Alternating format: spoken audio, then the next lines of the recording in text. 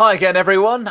We are up and running and we are picking up speed as we head towards the second session on this second day of WFS Live, powered by Ronaldo. Just a tiny bit of housekeeping. If you are using the interactive functions on the app, including chat, questions and polls, if you have a question for one of our guests, please put it in the questions tab. There's a lot of chat and we're very excited that you're excited about our content, but we don't want those questions to get lost. So make sure you use the questions tab and interact with the polls. Right, we're now going to look at the sports investment landscape. It looks very different, doesn't it, to even just 6 months ago. There's no way of overstating the seismic financial damage done by the global pandemic of the coronavirus. Quite simply, with matches cancelled or even entire seasons cancelled in some countries, well, broadcasters don't get the games they paid for, advertisers don't get the exposure they hoped for, rights holders don't get the TV revenue, and of course fans suffer the loss of one of the things in life that they really, really value the most. But a different landscape doesn't necessarily mean a desolate one. There is opportunity. Crisis creates it for those smart enough to spot it. So is now, for example, the time to back women's football or make a beeline for youth football or futsal? What about esports? Will this be the moment that it is finally fully catapulted into the mainstream? What about broadcasting rights? Are they as valuable? No longer as valuable? What about content more generally? So should we focus more on what's around the sporting spectacle than the event itself? And are athletes and influencers the real assets out there? Well, that's just scratching the surface, really. We're about to find out where those shrewd investments could be made. And we have a top trio of speakers for this round table. The founder and president of Bruin Sports Capital, George Pyne, a founder and chairman of Aser Ventures, Andrea Radrizzani, and the founding partner of Muse Capital and independent director at Juventus FC, Assia, Grazioli-Venier. And your moderator as well, CEO of SPSG Consulting, Carlos Canto. Gentlemen and lady, the floor is yours. Carlos, over to you. Thanks so much indeed, David. It's a pleasure to be here and honor to moderate this amazing panel with these outstanding three speakers. Thanks everybody for taking your time. Good morning, especially in LA. It is almost 5 a.m. Thanks, Assia, for this effort. And also in Massachusetts and in Ibiza, which is not that bad, Andrea.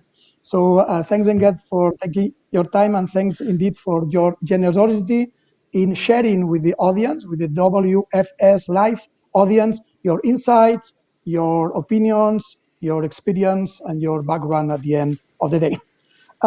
According to the WFS survey that is going to be launched before the end of July, undertaken among the members of the advisory board of the WFS, World Football Summit, and other experts from FIFA, Nolan Partners, La Liga, Sports Tech X, etc., while the highest impact of COVID-19 will be on sport facilities, the impact will be much lower in the sport investment field. Here, again, we have three outstanding speakers that I'm going to introduce briefly each of you. First of all, Assia Grazioli-Venier. Hope that I have pronounced properly your name and surname. Is a venture capitalist and advisor to high-growth tech startups, entertainment companies, and corporations.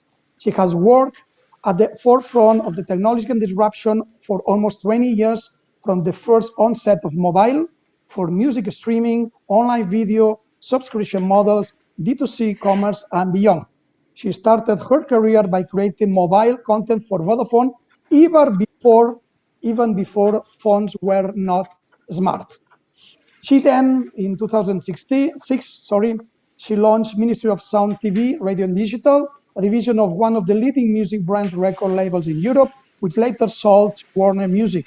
She became an expert in all things digital media and consumer innovation, leading her to consult for corporations and brands, as well as early-stage startups like Spotify, where she advised on strategic partnerships and growth initiatives for a decade. Assia then co-founded her own early-stage venture vehicle, Muse Capital, 4 years ago, now on their second fund. She's also the first and youngest female to join the board of directors of Juventus 9 years ago, a position she currently still holds. Born in Rome and educated in the USA, Assia is fluent in 4 languages, has lived in New York City, London, Milano, and Stockholm, and she lives in LA. Welcome, Assia. Benvenuta. Thank you. Assia. Thank you. Second, we have George Pyne. George is he's a 30-year serial entrepreneur who likes to spot and tap potential and turn into big-time success stories. As CEO of NASCAR, he turned original sport into one of America's most popular and lucrative sport leagues. As president of IMG Sports and Entertainment, I used to work for IMG for 10 amazing years, and I always will thank George for the opportunity. He transformed the company into the industry's most powerful sports and entertainment company. In 2015, he founded Bruin Sports Capital, which now has a best-in-class portfolio, including Two Circles, NFL Overtier, Deltatre, Soulside, Engine Shop, etc., in 17 countries with more than 1,800 employees. They are in business with virtually every league, media company, and rights holder as a partner. He's also a non-executive chairman of Courtside Ventures, the definitive early-stage VC in the sector. Welcome, George. Thanks for having me. Sorry, I forgot to mention that you are a member of 3 NFL Ears family. So your father, grandfather, and brother used to play at the NFL, isn't it? And your 2 sons are starting this career very, very soon. And last That's but correct. not least, Andrea. The only one that didn't make it was me, but keep going. You were part of the All-Star Ivy League offensive lineman. Last but not least, Andrea Radrizzani, has been at the forefront of the global sports media industry for the past 20 years. He's owner and chairman of the sports media and entertainment investment platform Aser Ventures, Leeds United Football Club, that likely will be promoted to Premier League very, very soon, or shortly at least, cross fingers, and international sports platform 11 Sports. Andrea has led Aser Venture investment in digital businesses, including Whistle, Helodi, EasyProd, Sports Data Labs, and Epic. He previously co-founded the global media rights agency MP and Silva. Benvenuto, Andrea. Gracias. So, Carlos. as you see, 3 outstanding speakers. I'm going to put some topics on the table for you to open discuss. The first one will be about, obviously, COVID-19. What are basically the main impact of COVID-19 in the sports industry, and what investors can do in order to help companies? If you want to start, Andrea, for example. Yeah, obviously the major hit has been done on the stadium and the venue income, and the revenue have been obviously killed. That's the most significant and important impact of the crisis, of this health crisis. But I think in the same time we could probably understand and how the virtual world can become a new world, a new opportunity. So a new space for esports as immediately to replace the scheduling of media company that suddenly one day with another one they were empty, completely empty of live events. So we have to invent ourselves and start to keep engaging people with live esports, and a lot of we've seen on social media a lot of one-to-one session interviews between legends, and players that entertain the audience. But overall, I think the live sports is very important to be back, and hopefully soon we will have also people back in the stadium, maybe gradually, but I hope really can happen very soon. Okay, thank you, Andrea. Assia, what's your point about this? And obviously, how investors can, or what can you do in terms of helping companies to recover as well? Well, I think the COVID was a systemic shock for everybody in professional lives and personal lives, and I think we've all the last months listened and read to a lot of things and been to get this discomfort. But out of this discomfort, also on personal and professional lives, there have been opportunities to see where the problems are most highlighted and where the opportunities are most highlighted. So it's been really a moment of extreme nature, and out of that extreme nature, when you focus hard on what's really doing poorly and what's really doing well, that's where the magic and the transfer happens, and that's where the innovation happens. So we've had to coexist in this new reality of both excitement and depression, I suppose.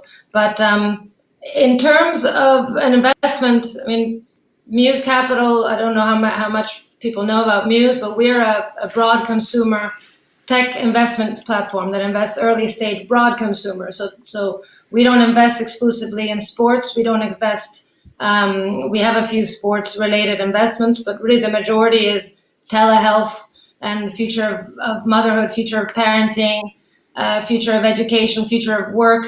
And these are all things that have been highlighted throughout the course of the pandemic, because people are working remotely and parenting and mothers and other medical experiences have had to be on through telehealth propositions. And the reason I mentioned that is just as a heads up, because I always approach the sports ecosystem as an ecosystem first and foremost for the consumer. So I think about the consumer first and what the brand and the team can bring. So in terms of the problems at hand, I think it made us realize, all teams realized, that we were focusing too much and exclusively on match day, and that we were using digital channels as something to tag along to a sponsorship also connected to match day, and that all the value was always intrinsically connected to match day, which of course is our core focus, core business.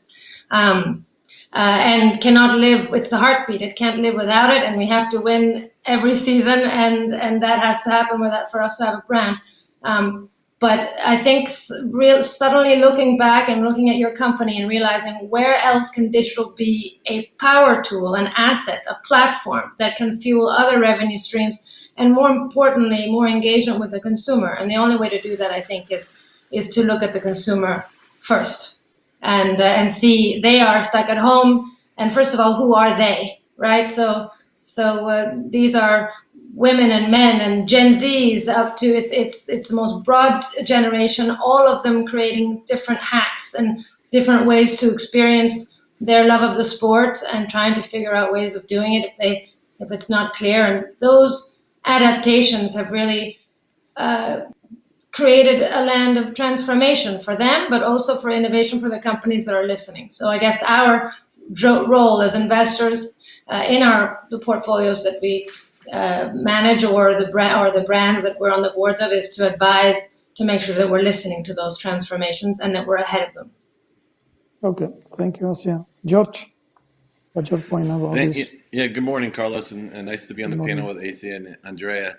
I see three things. The first thing is that, as Andrea mentioned, the game day experience is going to be quite different for the next 12 to 36 months, and it's going to be real dislocation in the way tickets are sold, hospitality is sold and consumed, in the suite experience. Not to mention billions and billions of dollars of sponsorship deals are going to have to be renegotiated. So I think the game day experience is going to change forever. And that's going to evolve over the next 12 to 36 months. And in that reinvention, what's going to happen, there's going to be investment opportunities. And I think in the end, the fan is going to get a better experience. But in the short run, I think it's going to be very significant challenges. And then the second thing, I think, complementing what Assia said, is I think you're going to see an acceleration of digital, all forms digital, game day, non-game day.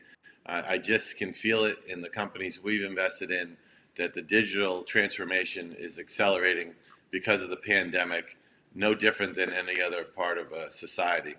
And then lastly, I feel that there are going to be a real need for capital.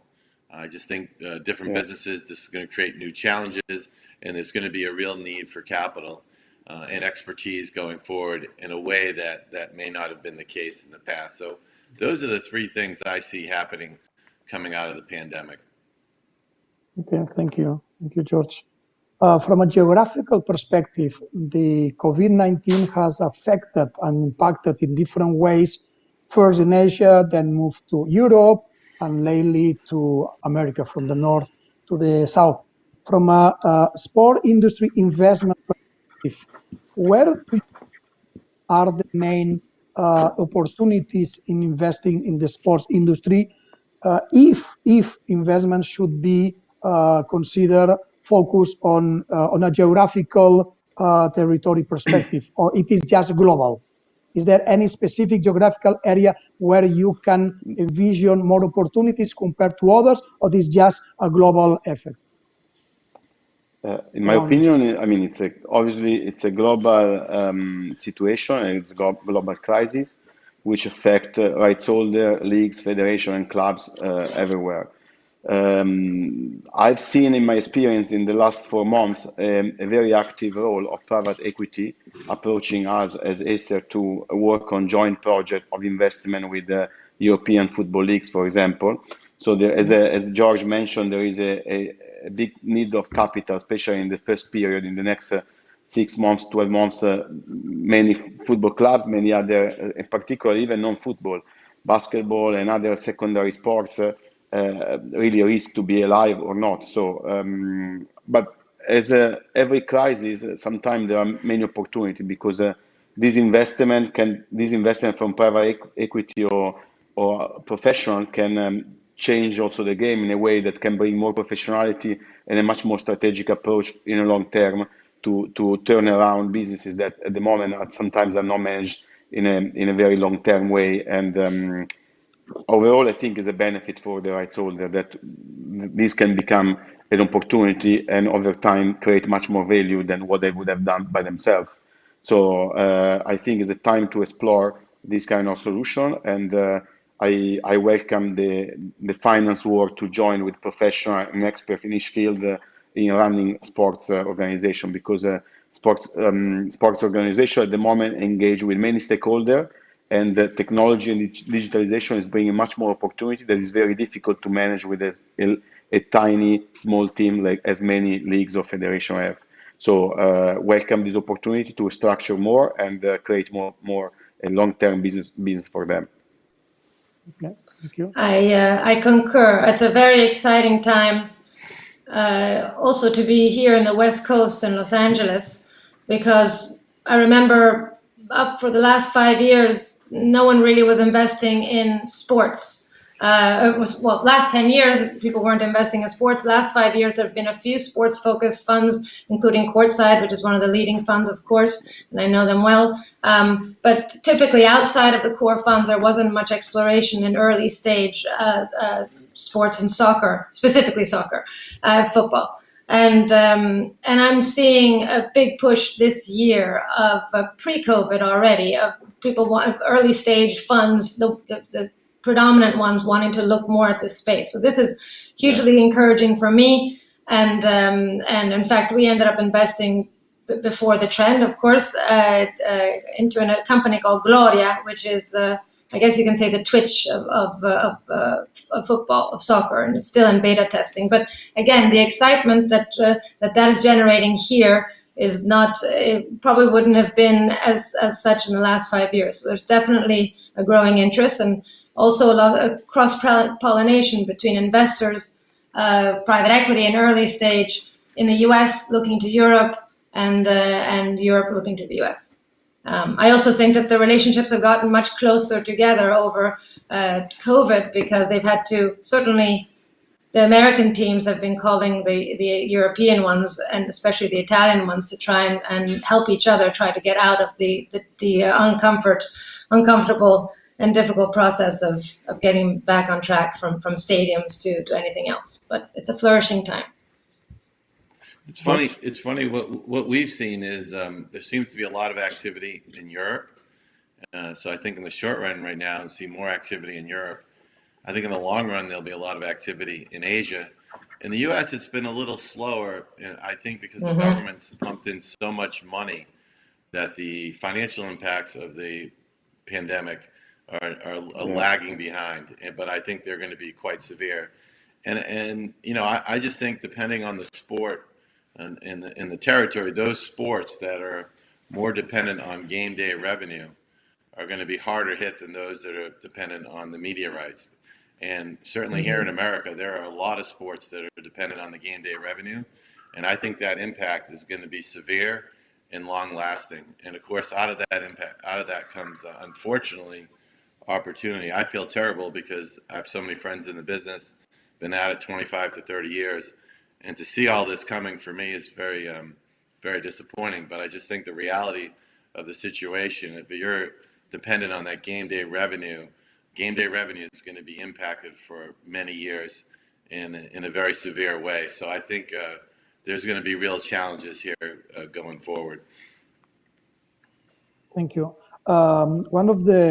We have a live poll, and one of the questions is: once the pandemic is under control, will the new economic environment have an impact on spending in sports? And 53% of respondents say sports will be significantly impacted in the coming years from a spending perspective. But I'm not sure about investing perspective. The impact will also last from a investment perspective or because of the market will suffer or is starting to suffer, more opportunities will be in the market for investors to help. My opinion, as Assia and George remarked already, there are opportunities as well. So different level, depends on the industry, but also on the media side, for example, I see a very good opportunity to consolidate and grow the business because obviously some digital medium small company that maybe were already suffering before, at the moment they are not. They can base just their evaluation based on the number of subscribers, but the real P&L, where the real P&L lack, they will be difficult to find investment opportunity to grow. So, for example, as 11 Sports, we are seeing very big potential to enter in 4 or 5 new markets in the next 6 months, 12 months, because of luckily in the last 5 years, and the company is still very young, but we have been able to be already profitable. And so we see this current difficult and challenging moment as an opportunity to grow where other players maybe are struggling more. It depends on the business, on the industry. For example, in football, I see also many football teams, soccer teams that they are in difficult financial situation, and the league itself are trying to finance and that, but some are on sale. And we receive dossier every other week about football clubs in need for money or new buyers. George and Assia, can you elaborate a little bit more what Andrea has said? Sorry, George. Yeah, I think long-term sports is a great business. So I think from an investing standpoint, it is. I think the next 24 to 36 months are going to present a lot of very interesting opportunities, because I think long-term, nothing engages people the way sports does around their passion point. But in the short run, I think it's going to be very difficult. I think there's going to be real need for capital and expertise. So I think it's going to be a very interesting time to invest. The other thing I would just point out is that organizations or companies that put on a lot of debt going into the pandemic are going to find themselves in very challenging positions. So I think sources of capital, financial structuring, capability in a bull market actually really didn't matter because there was so much money flushing around.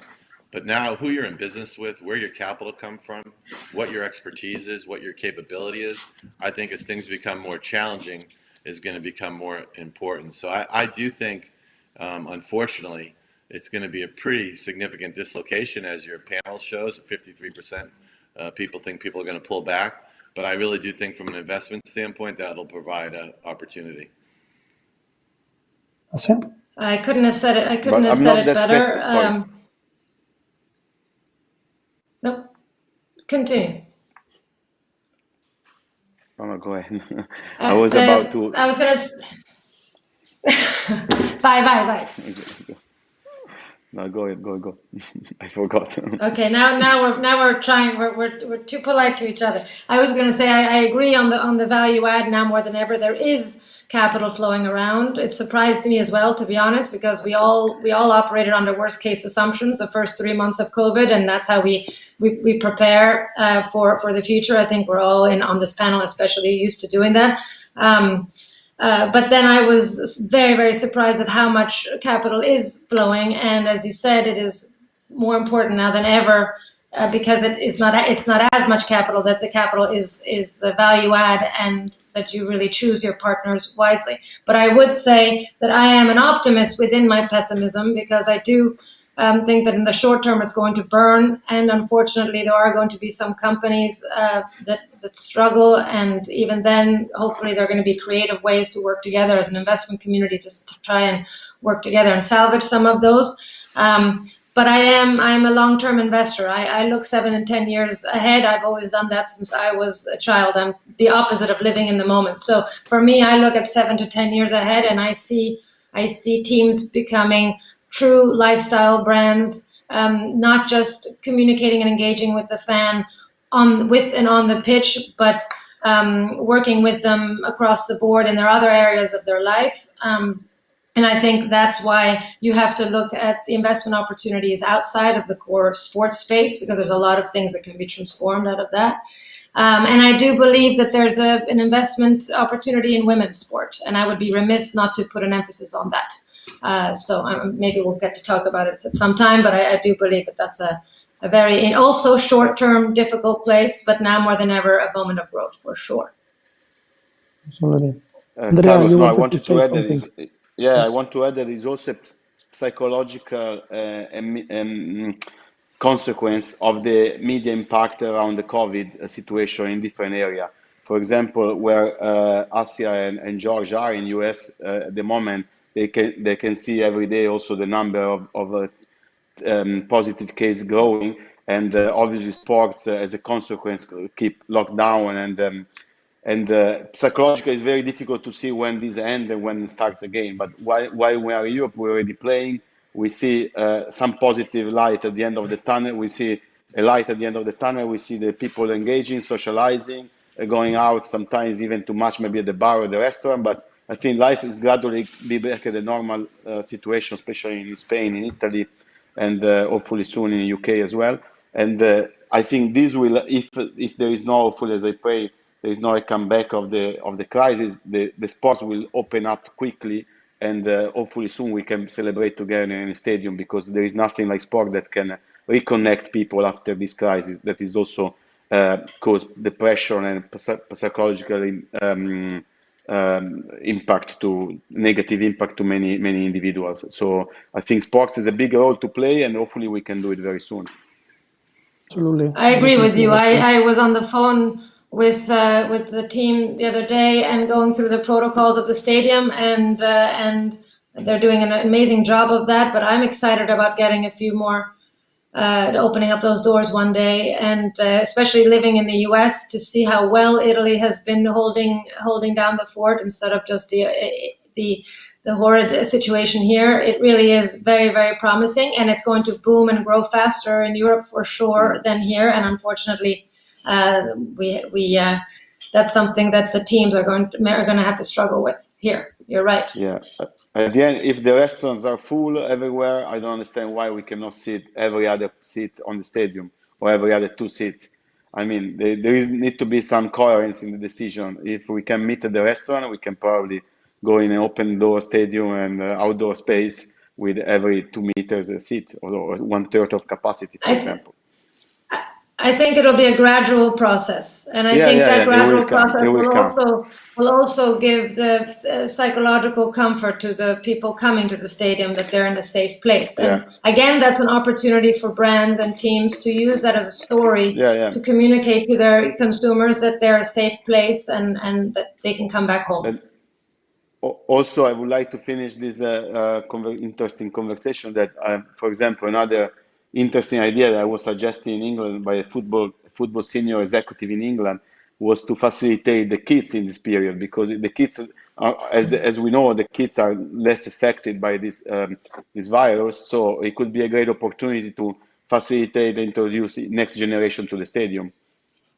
Absolutely.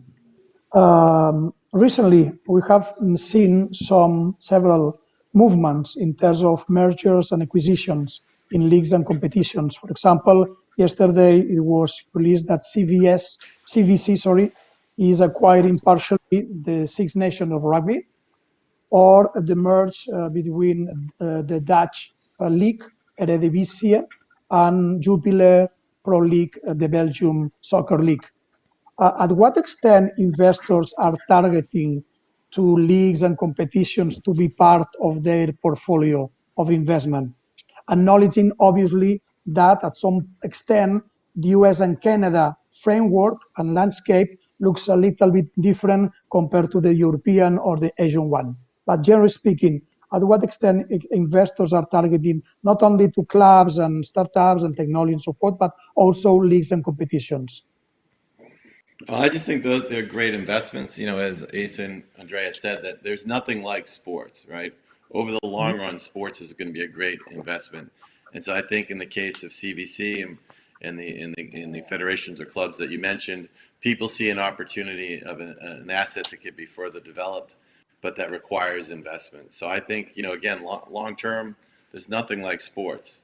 I mean, sports represent who you are and what you stand for and your values. So there's nothing like it. And again, as the group mentioned, sports brings people together during difficult times for positive outcomes. So that's an incredible platform in a world that's going to be more fragmented from a media standpoint.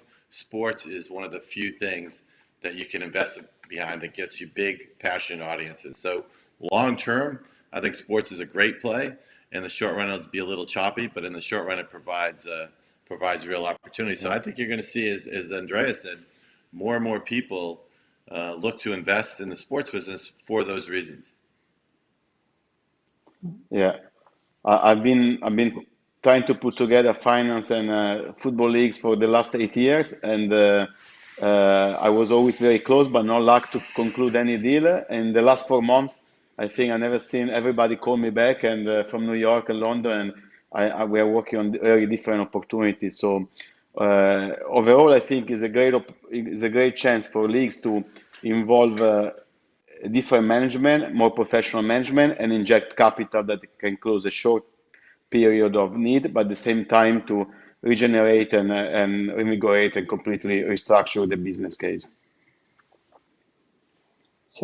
I concur on both, and I do believe that a regeneration and some fresh air into some of these leagues would be very useful, and also a more international global perspective. Yeah. And an approach, quite frankly, that is also has different, more modern values of including diversity and inclusion,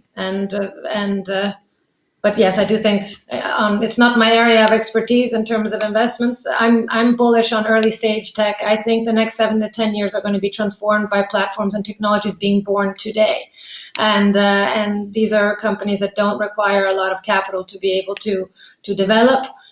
People are at home, they're making things, building things, and they're fixing things that they don't like, and the pent up demand of wanting to be in the stadium and be close to their fans is generating some real innovation. But it is fundamentally always going to be about adding value, now more than ever. So whether it's the investor or the founder creating a technology, or the team, and I think teams have to start thinking again, not just on the pitch, and realize that they truly are a lifestyle brand. I think if 10 years ago you would have said that, or longer than that, that teams were selling merchandise and selling mugs and pins, you would have said that was crazy. And you know, now speed ahead, and it's a big strong source of revenue. So there's still a lot of new opportunities that we can explore. And I do think, Carlos, one other aspect is, when you're a federation, you're overseeing almost your own world in your own government. And it's hard to take advantage of the true array of commercial assets that you have. So in our case, you know, I applaud the National Football League. You know, we bought a business for them called On Location. They felt like it could be built bigger and better. They knew they weren't going to invest behind it the way somebody would with outside capital. You know, we increased that company's earnings more than tenfold. They had 4 employees when we started, 550 when we left, one client when we started, 150 when we left. We really built that company and invested capital behind it, hired the number 2 guy at the NHL. And the point is that kind of expertise doesn't always reside within a federation. So I applaud the NFL because they really built a business by partnering with people that deployed capital and had capability. They also did it with their OTT Game Pass, where they outsourced that, and it really had great success. So these investors, if they have capability and contacts and capital, can really accelerate and grow the business of the federation and clubs in a way the clubs just aren't going to do because they're doing so many important things. You can't be good at everything, and a federation and club has to do 100 things. And so bringing in some outside expertise, some different thinking can be transformative in addition to providing capital. Okay, great. We have a very interesting question from the audience. Bruno Matos is asking, make it short, okay, because that would be the topic for 2 hours, seminar. How far are we from having a worldwide sports financial market with indexes and investment platforms as we have for companies? We're very far. I'm not a blockchain investor, but there's something there. I think I'm with Andrea. I think we're pretty far away from that. Yeah. Pretty far? Okay, good. Yeah. Let's move to the next question then. And now a lot of companies in the sports industry are redesigning their strategy, isn't it? In any strategy, you have basically two of the components or two of the elements of the strategy is one, the ideation, the design of the strategy, and the other is the execution of the strategy. From an investor perspective in the sports industry, at what extent the execution of this strategy is in a ever-changing world more important compared to the ideation of the strategy? I mean, execution is. Oh yeah, go ahead. Go ahead, Asa. No, please. I would just say that you're asking, is the strategy good or the jockey? And we believe you can have the best ideas, but without the right management, you can't go anywhere.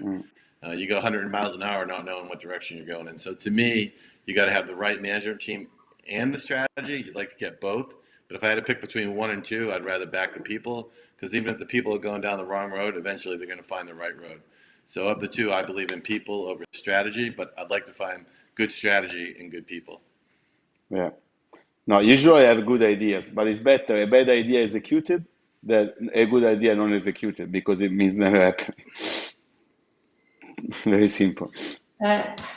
For me, it's a difficult question because I wouldn't invest in a company that didn't have both, and I wouldn't advise a company that I didn't realize had one area that could be fixed, because a bad idea with good execution doesn't really matter, and a great idea with poor execution has no legs. So either way, it's a double negative. So I would say start with a great idea, think outside of the box, think ahead, not just short term, think about all of your assets, even your retail assets, things that have nothing to do with your, think really outside of the box, say the crazy idea, and then take it back a few steps and think if there's a real effective way to execute. And then you know which is the team you have to build. So if you look at your team and the team isn't there, you rejig things around. Most often than not, it's just a slight shift without anything seismic. But most of the startup fail because of the lack of execution, not because of their bad idea. Exactly. But if you have to choose one or the other, you can't, which is why I like both. Yeah. I don't believe in either one lacking. Both have to coexist. A good idea badly executed won't see the light of day. This COVID-19, and if it will, it'll be pumped by capital. That's not sustainable. In this COVID-19 days, there's a lot of things around recovery, right? And you have been through a lot of situations in your successful professional careers, but also in terms of your companies or entities that you have been leading with this type of crisis situations.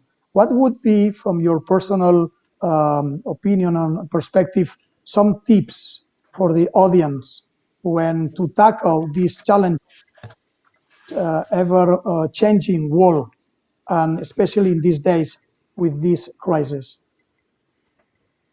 Maybe Assia can start, also maybe Calcio as well. Or I just have one word: perseverance. Perseverance and preparedness. So if you're prepared and you know what you don't know, I think perseverance and preparedness is the most important thing. Try to become as knowledgeable as you can about everything, especially the things that you don't know. Yeah, I would add to Assia, I would add also to communicate as much as possible, especially among the management, because all the communication, especially in this situation that we are distant, can help to refocus and understand and make a new action plan to correct your strategy. Yeah. And I would just add, hit things head on, and be able to adapt and pivot, because you have to play a challenge into an opportunity. So you might find yourself with a real challenge. That challenge may result in other opportunities you hadn't been thinking about, and you have to be willing to change, and you got to hit things head on. I'm afraid that we have reached the time, right, David? You need to conclude. Thank you very much indeed, Carlos. Yes, I'm afraid I'm sorry. I've got to kick you out of the room. I hate to be so rude, gentlemen and lady, but we have to move on to our next session. But just very briefly to sum up, because we do have just a minute or so for me to do that. This was a really wide-ranging session. It's such a challenging title, isn't it, to cover so much ground in such a short space of time. But I really got a sense from George about this again, and from Assia, this long-term sort of strategy of getting a better experience for the fans, but really in the short term, it's going to be very challenging in this need for capital. And Assia, I got this real sense of both the optimism and the pessimism from you, but also the breadth of potential investment opportunities. You mentioned this in dispatches. I'm sure that we'll get into this another time, and indeed in the rest of WFS Live powered by Ronaldo. Women's sports, hugely important about that right now. Diversity, inclusion, these are all big opportunities. It's not just ticking a CSR box. It's much more than that. And from Andrea as well, the opportunity, also the psychological impact of COVID-19. That's something that needs to be mentioned, of course, the difference between how things are in the US and how we appear to be coming out of lockdown, but still with complexities here in Europe. And both George and Andrea saying there's nothing like sport to reconnect people after this crisis. And that is, you're absolutely right, fundamental. I think it's just such an important part of our lives. I certainly missed it when the lockdown happened and suddenly no football. Suddenly you're grateful, aren't you, for something once it's gone. And then we got a little bit metaphysical and deep and meaningful at the end.